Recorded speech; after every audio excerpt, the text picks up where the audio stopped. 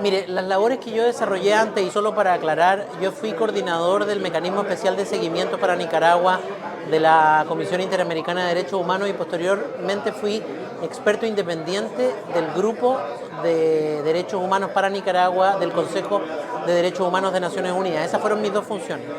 Y de ese trabajo me impresionó mucho la capacidad de la sociedad civil nicaragüense de documentar la situación que se producía, y ahí las organizaciones internacionales han aprovechado ese trabajo para poder documentar y denunciar la situación que se produce en Nicaragua. La documentación de la crisis de derechos humanos en Nicaragua, probablemente esa documentación es atribuible en parte importantísima a la propia sociedad civil nicaragüense.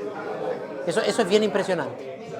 Esas organizaciones en particular, pero bastantes otras, por ejemplo el mecanismo de reconocimiento de presas y presos políticos, que permite tener en línea cuál es la situación de la prisión política actualmente en Nicaragua, el trabajo que se hizo de levantamiento de información para poder documentar por parte de la Asociación de Madres de Abril la cantidad de personas que son víctimas fatales en la crisis, y que ha permitido documentar y ponerle un número y ponerle nombre y apellido a las víctimas.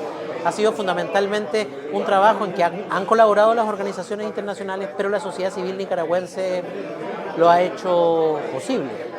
A veces puede parecer que la acción internacional y la lucha de las propias organizaciones civiles en Nicaragua o en el exilio es impotente frente a la barbarie, frente al autoritarismo, frente a la represión.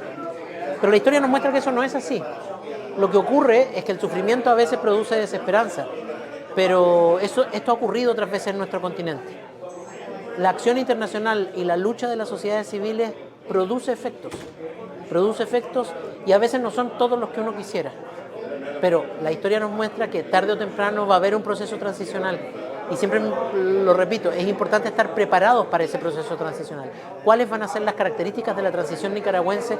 Probablemente es una reflexión que hay que hacer, porque la transición se va a producir y va a ser el resultado de la lucha de la sociedad nicaragüense misma, como ha ocurrido en todos los otros procesos anteriores, y en eso la comunidad internacional puede colaborar. Pero la actora principal es la propia sociedad nicaragüense. Eso ha sido así en los propios procesos nicaragüenses, pero también en procesos comparados como los que ocurrieron en el Cono Sur o en otros lugares de nuestro continente, o en Sudáfrica, o en otros lugares donde han ocurrido situaciones de crisis graves de derechos humanos como en Nicaragua. Mire, yo no soy un analista político como para saber o poder responderle con propiedad ese factor, pero hay ciertas características que ustedes mejor que nosotros conocen y que permiten desarrollar estrategias de enfrentamiento del autoritarismo y la lucha por la democracia que son diferentes. Por lo pronto hoy día existe un nivel de comunicación que facilita la documentación que no existía en los años 70, por ejemplo, ¿no? Hoy día tenemos estándares internacionales que son mucho más altos que los que existían en los años 60, 70, 80, incluso en los 90.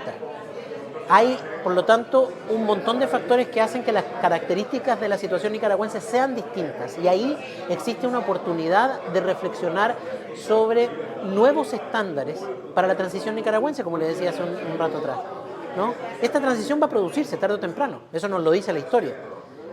¿Cuáles van a ser los estándares? ¿Van a ser los mismos que tenemos antes? Yo creo que existe espacio para mejorar esos estándares, la participación de las víctimas, el tratamiento de las violaciones a los derechos humanos como crímenes de lesa humanidad, probablemente sean aportes que la propia crisis nicaragüense haga a la comunidad internacional. Yo creo que esa es la naturaleza humana. En el siglo XXI particularmente, la resistencia en contra del autoritarismo, la lucha por la justicia, por la verdad, por la memoria, es una lucha que es imposible de apagar. No se pudo hacer por las armas más duras, por los métodos más duros de barbarie que hemos conocido en el mundo, y esas luchas no se apagan.